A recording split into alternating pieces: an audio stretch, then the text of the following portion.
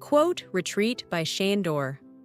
One quote, one reflection, one thought that could bring a moment of light and energy to your day. Join me as we take a look at today's quote. The quote is by Bernadette Devlin, born 1947. It reads, "Yesterday I dared to struggle. Today I dare to win." Let's take a moment together to explore the messages within this quote. What's fascinating about courage?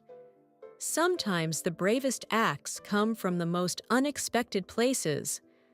Like this quote that's been haunting me. Yesterday I dared to struggle. Today I dare to win.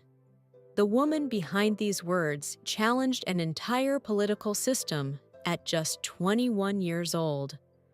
Those words carry such weight. Tell me more about how someone so young managed to make such an impact.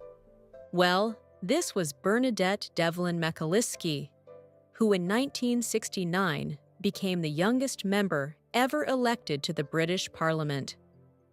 She emerged during one of the most volatile periods in Northern Ireland's history.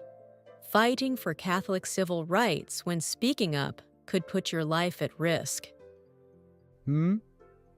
That puts the whole daring to struggle part in perspective. What drove someone that young to take such enormous risks? You know, she grew up witnessing systematic discrimination against Catholics in Northern Ireland, and instead of accepting it, she chose to fight back. What's remarkable is that she didn't just protest. She went straight into the heart of the establishment, using Parliament as her platform to demand change. That must have ruffled some serious feathers in Parliament. How did the establishment respond to having such a young, outspoken critic in their midst? Oh my goodness, they tried everything to silence her. But here's what's amazing. Every attempt to discredit her just made her voice stronger. She used her position to shine a spotlight on injustice. And, get this, she didn't just speak about change, she actively organized for it at the community level. That's quite different from many politicians who merely talk about change. How did she maintain that connection with the grassroots while operating in such elite political circles? She never lost sight of who she was fighting for.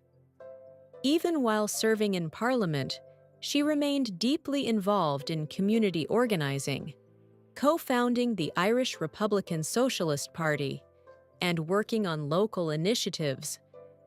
It wasn't just about making speeches. It was about creating real, tangible change. So tell me more about how this quote reflects her actual lived experience. What did daring to win look like in practice? You know, for her, winning wasn't about personal victory. It was about transforming society. She faced death threats, political opposition, and countless attempts to silence her. But she kept pushing forward. The real power of her message was that she showed courage isn't just about big dramatic moments. It's about showing up day after day, even when it seems impossible. That's such a powerful perspective on courage.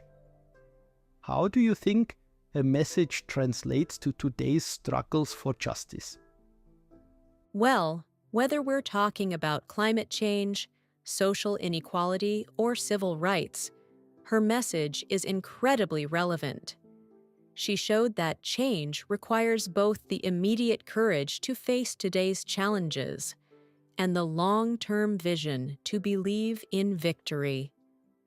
It's about daring to imagine a better future while doing the hard work in the present.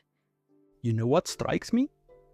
The way she phrases it as daring to struggle and win, rather than just struggling and winning.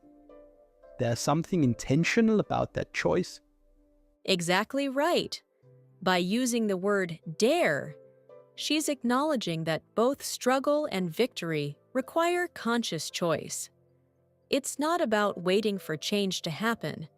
It's about actively choosing to be part of making that change, even when it's frightening or seems impossible.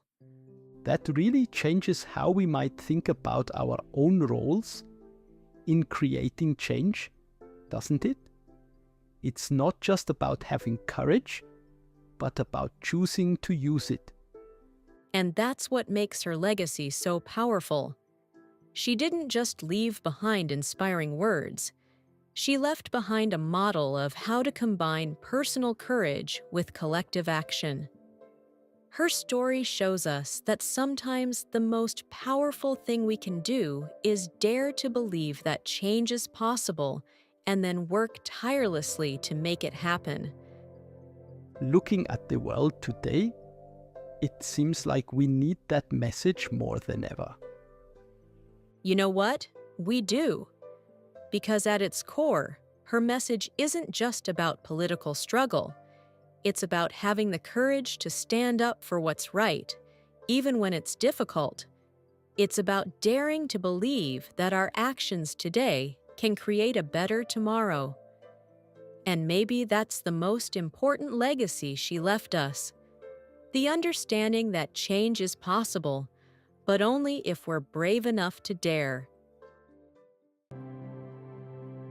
With that, we conclude this exciting episode. If you enjoyed this episode, I'd appreciate a like and a comment. Don't forget to subscribe. Thank you. Your support truly helps this channel grow. See you again tomorrow. Yours, Sandor.